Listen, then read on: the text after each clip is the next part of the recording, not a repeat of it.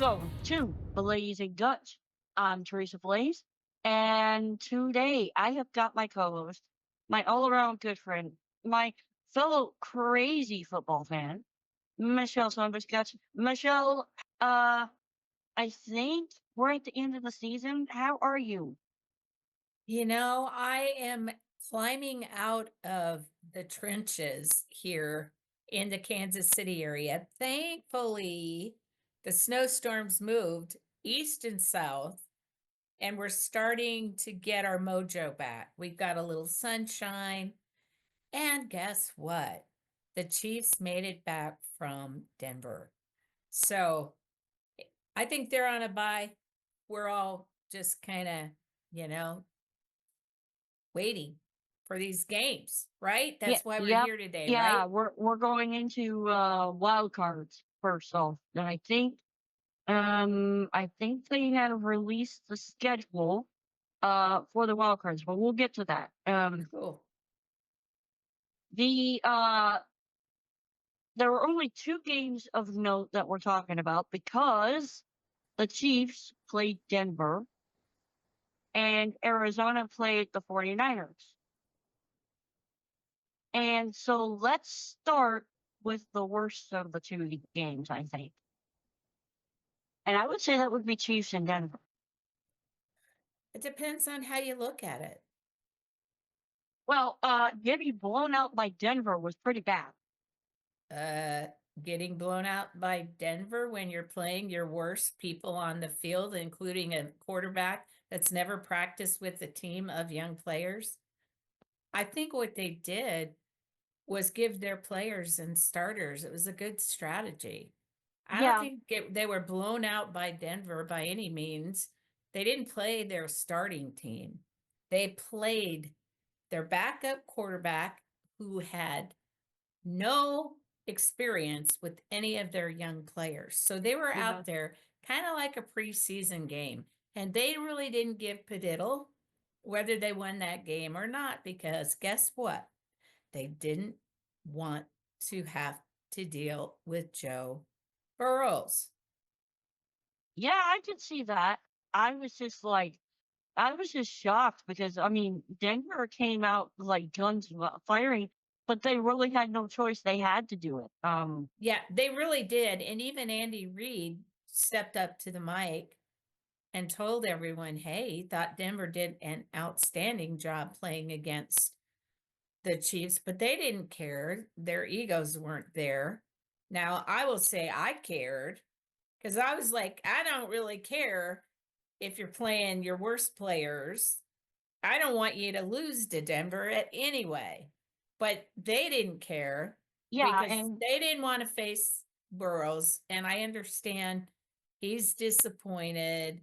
A few people are disappointed because they wanted to be able to play the Chiefs, if Denver would have lost. So, the Chiefs didn't put their best foot forward in that game at all. yeah, that's kind of an understatement considering they didn't even put a single point on the board. But they didn't play their team, their starting team.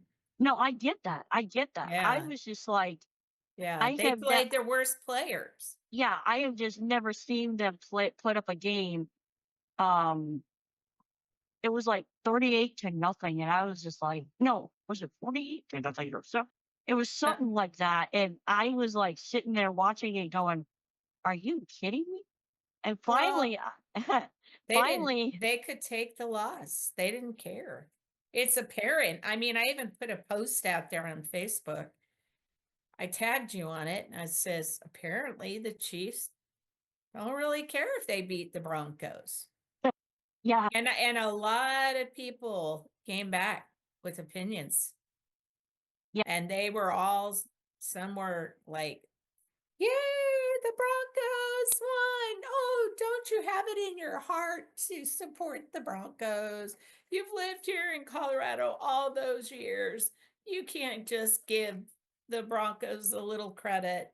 I'm like, no, the Broncos played fantastic, but they played not the Chiefs' regular team.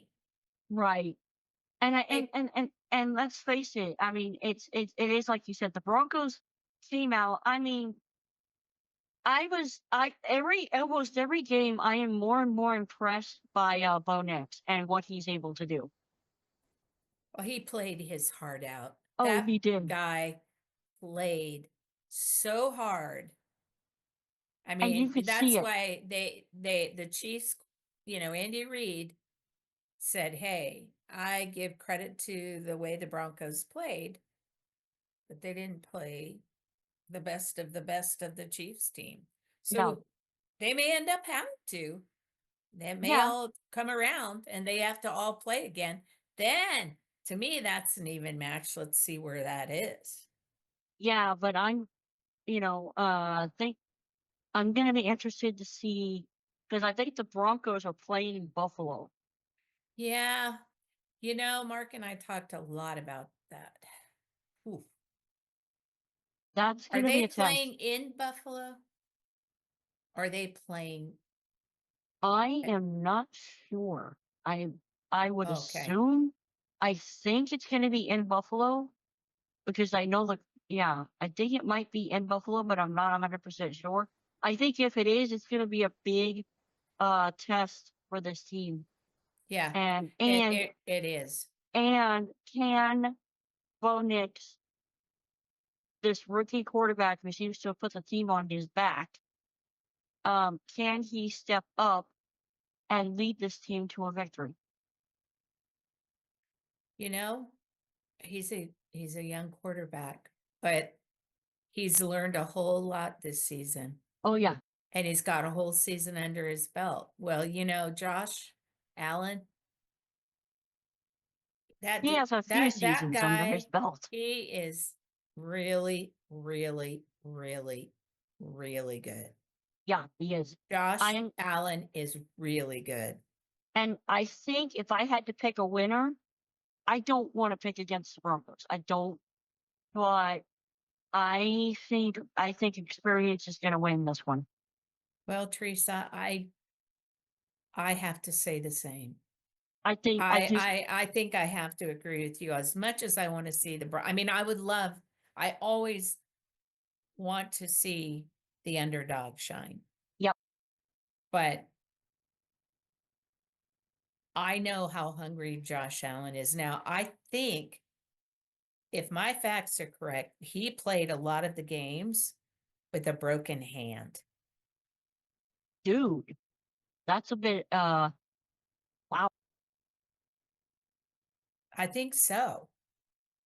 From I what I didn't was reading, if my sources were right, you know. if that's the case, I give major props to him. I'm assuming he's gonna, I mean, once the season is done, whenever that is, I'm assuming he'll get healed up, thankfully. But Yeah, that's a lot of grit. That's a it lot of grit. is. Well, and Patrick, he has had that struggle with his ankle Well, and off and on.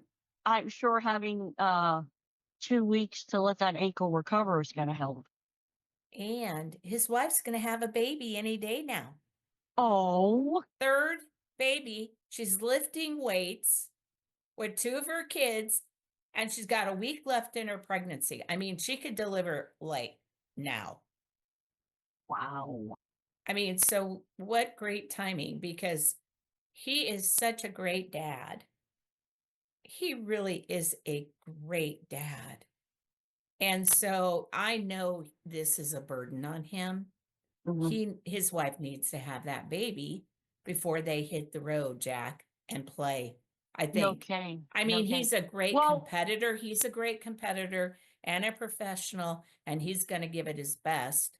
He the does. Chiefs, I'll say this, the Chiefs do have home field advantage for when they They play. do. So I think, there is that. He's not gonna have to worry about um, traveling and all that, but and honestly, I'm guessing, you Chiefs fans make a stadium very loud. Well, Geha Stadium, I mean, Arrowhead, I mean, that's just the nature of the way they've roll and Yeah. have, I mean, when I lived in Denver, the Broncos fans, I thought there wasn't any louder crowd, but Arrowhead, oh my. Oh my. I mean, and then Mark sharing his experience, it's like none other. So, Um, I mean, of course, I'm the little bougie woman.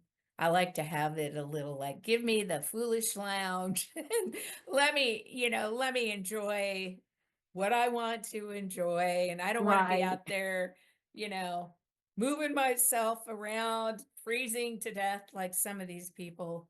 Yeah.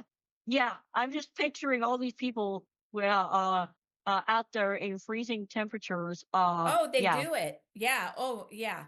They'll travel in anything to get to a Chiefs game. Some of these diehard, you That's know. you gotta have a lot of money to pull that.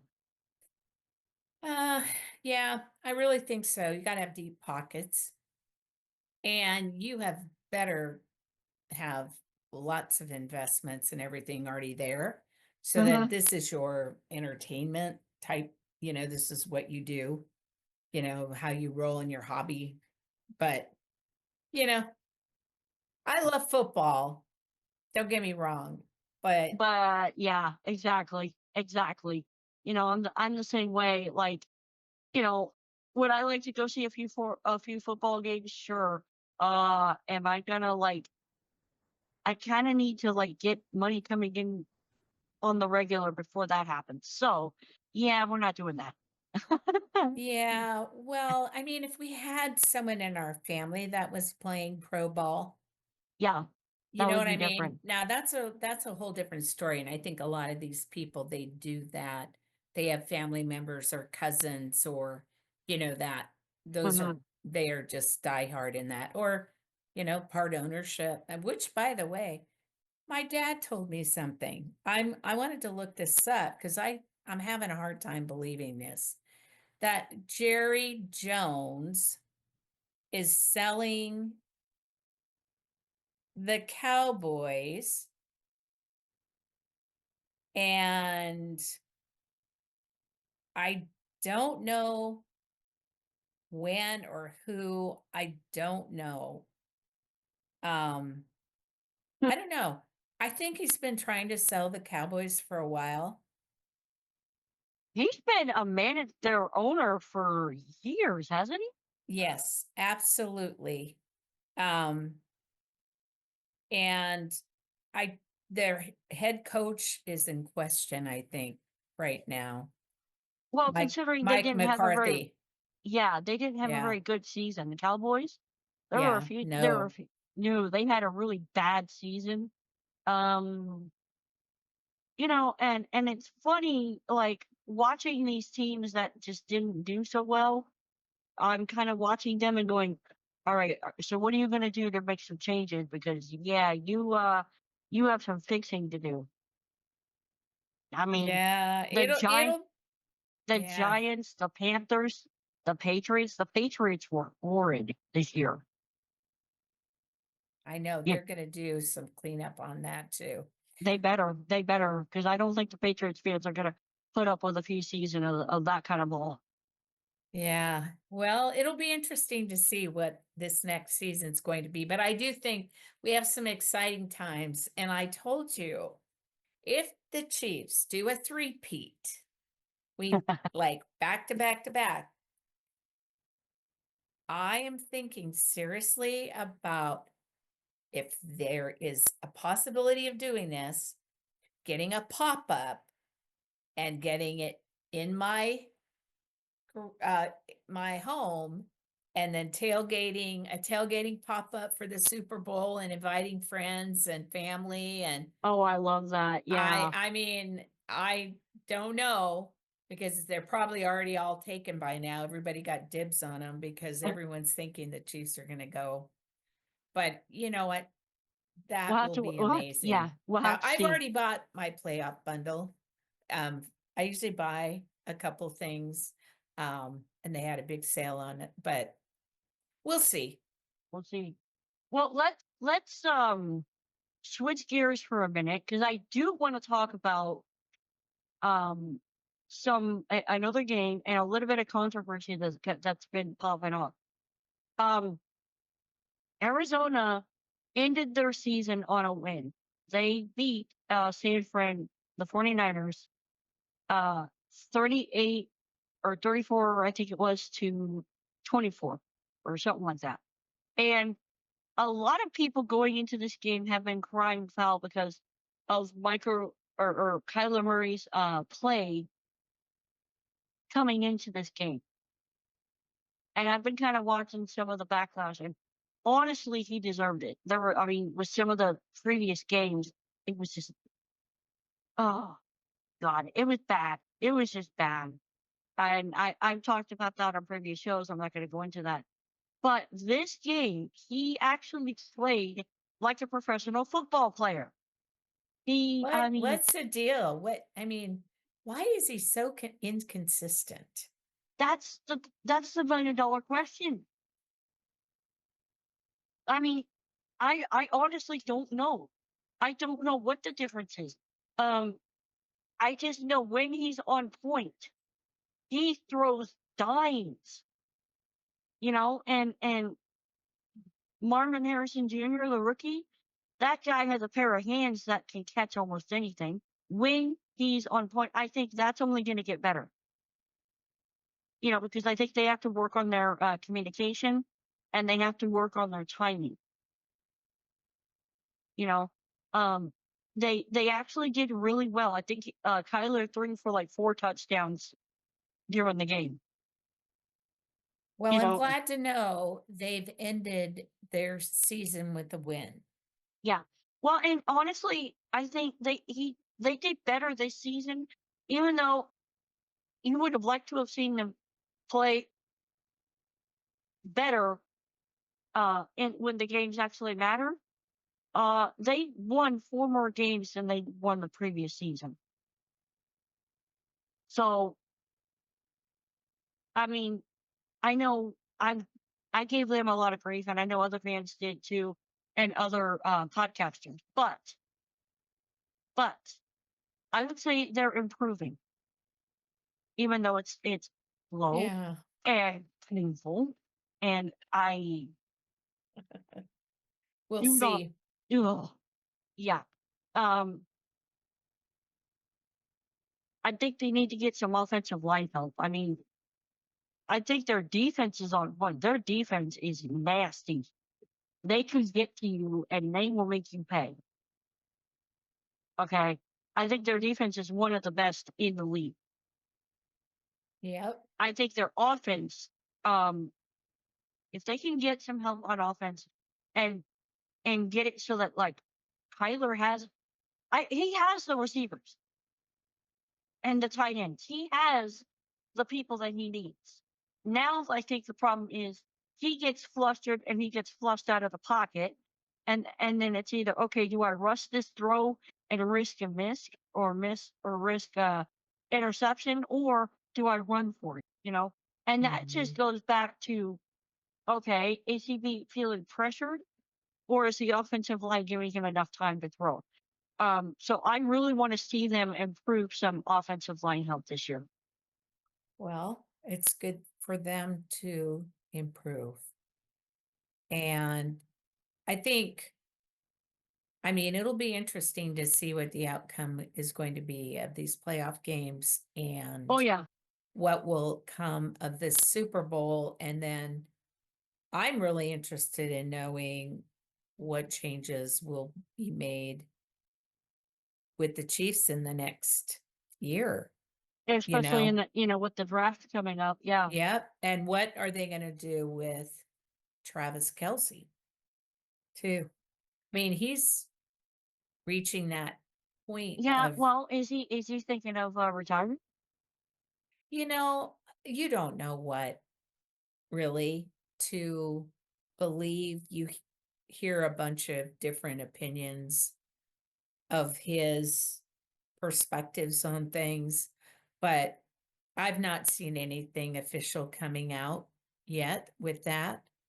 But if he does, he's got a whole career ahead of him, in other areas. He's expanded in entertainment and Oh yeah, all of if that. he's got a really cool podcast that he runs with his brother, which I listen to off and on.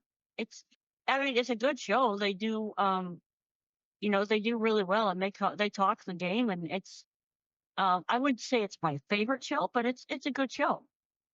Yeah. Speaking of that, Teresa, I don't want us to deviate, but I read that Joe Rogan's podcast is no longer the number one podcast. There is a faith-based podcast that has superseded his, and it is Really? called, yes, it's called the Rosary Huh, Through the Year podcast, or the Rosary podcast. that's Fox News just reported it. that's interesting.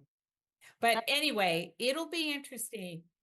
Yeah, that ties into, we're both podcasters and we love watching the industry. So yeah, that's a little bit of a deviation, but I find that very interesting. I know. Wouldn't it be hilarious? Wouldn't it be Yeah, hilarious if this podcast went to the top? Oh that'd my be God. great. That would be Oh funny my and that would be God. great. Could you Yeah, imagine? I, yeah, wow, that would be funny. That'd be great. Um, I'm thinking, should have pulled up the NFL schedule. Yeah. What are the games for the wild card coming up this weekend? Because I'm thinking we ought to go through the games and find out who's playing who and make our predictions, and then we'll go to your player for this week. Yeah. I don't know all of the games. I know that we've got, of course, the Broncos, and we've got the Bills. I thought that it was on Sunday. This is going to be a very interesting wild card weekend. Let's start with Chargers and Texans. Um, I've seen both teams play. My pick on that one is going to be the Chargers. I think Houston's good. I think CJ Stroud is good, but I just don't see them advancing past Chargers. I don't know what the record is of the two teams right off the top of my head. I've seen the Texans play, I've seen the Chargers play. I know the Texans can step up. Are they playing in Texas? Don't know that either. Mhm. So it's going to depend. You think it's going to depend on home field advantage? Potentially, if they're that evenly matched. Yeah, I would agree. I would agree. But I think the Chargers might have the edge. I just their defense is pretty mean. Yeah, I know when I've seen him in the past. And Stroud, I mean, he gets frustrated and he gets very emotional. Mhm. So it'll be interesting. I'm kind of on the fence with that. But if you had to pick, who would you say? Probably the Chargers. You think Chargers? Okay. Yeah. Yeah. We have Packers and Eagles. Boy, I haven't followed either one of those teams I that well. followed, yeah, neither have I. I followed Packers a little bit, like when they've come up. Eagles, Uh, probably. yeah, I think Eagles. I think Eagles. I They're don't. hungry. Yep, yep. And then we've already talked about Broncos and Buffalo. I think Buffalo's gonna take it. I mean, Yeah, I think I so too. just, I I mean, just I wish that it would be real competitive. And I mean, and if the Broncos win, whoa, I mean, good for them. absolutely, absolutely. So I think those are all the wild card games, or am I missing one? Yeah, I'm really happy. Before we go to your player, let's guys, we are doing a survey um to kind of improve the show, or if you like how we're doing things now, feel free to tell us that. You can go to the survey at blazenguts.com/survey. We really want to hear from you. Please feel free to share your thoughts. opinions, what you want to see, what you don't like, that kind of thing. We're an open book. blazenguts.com/survey. Uh, Mischelle, I do believe you have that player to highlight. Yeah, thanks to Sports Spectrum again for their great work on the highlight of this actual player, Detroit Lions captain and team. Well, he's a linebacker and team captain, and his name is Alex Anzalone. It's either Anzalone or Anzalone. I'm thinking I think, yeah, Anzalone. I think it's the former. Yeah. Yeah, that's what I think too. Anyway, he came in and helped the team win and brought them to earn the NFC's #1 seed. If they got the 1 seed, then I think they have a bye. Same as the Chiefs. Yeah, that's what I'm thinking too. But anyway, Alex, they did some highlights on him, and I was fortunate to be able to kind of find the details around what they highlighted about him when it comes to his faith and how he recognizes that his ability to play football and everything that he's doing and his thunderous approach and his recovery is all for the glory of God, Mm, period. mm. And he gives God glory. He says God first in his Instagram and X bios. Oh, I love it. And he talks about the goodness of God. And, he had that forearm injury, which would have sidelined him for an extended time. You know what I'm saying? And Yep. that's tough. I mean, he's in his 8th NFL season. He was drafted out of Florida by the New Orleans Saints. Mm-hmm. And, he was a guest on the Sports Spectrum podcast. So one day maybe we'll be able to bring some of these players I would that love it. are, Yeah. giving God glory on and off the field too, and have them talk about their personal relationship with God. And apparently, he has a desire to have that personal relationship. He came out of a Catholic family, but it wasn't until his time with the Gators, and that was when he played in Florida, that he developed his personal relationship with Jesus Christ. And during that Mm. time, he also met a young woman who was on the women's soccer team, and they became friends. They married in 2019, and now they have 2 children, Wow. Cooper and Carter. And That is so so cool. it's really cool.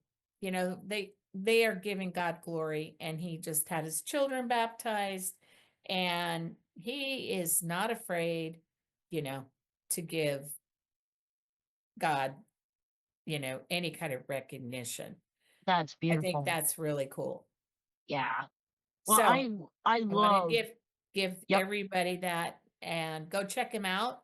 And kudos to Sports Spectrum for always bringing this to, awareness. I mean, we don't have deep pockets like that yet, and we're not out there, you know, competing in that space yet. But it is really cool to be able to find these stories and share them. Absolutely. I love it. I love it. I love it. And I have always said I think the Detroit Lions are going to make some noise in the playoffs. Um, Yeah, they are just playing at a level that is unreal, and I would not be surprised if they ended up in the Super Bowl. Now, yeah. am I saying they're going to? No, but it would not surprise me the way they're playing. And clearly, when you have a player like that who's giving God all the glory, you know, God is going to do things with him. So I absolutely love that And kind of Bo Nix is a Christian. He yeah. does also share his faith. I think we've highlighted him. We've highlighted Mahomes. We've, of course, there's I think I can't remember who we highlighted the last episode, but I think it was somebody from the Lions too. I don't Yep, know. But it's always good. It's always good to, share and to commend our players that are out there, you know, and living out their faith. absolutely. I mean, that's what the show's about, like, highlighting those players that live their faith on and off the field. And I love doing it. I really do. Me too. I mean, this sport it's so, it can be rough. It can be brutal. I mean, injuries abound. You're always seeing players get injured. You're always seeing something, Right. it's very demanding. Um, and I think for the players that have that faith to lean on, I'm pretty sure God meets them when maybe they've had a bad practice or whatever. You know, I think it just goes to show. I mean, it's about perseverance. It really is. I Well, and mean, it's a calling. yeah. We're all called to different careers or Mhm.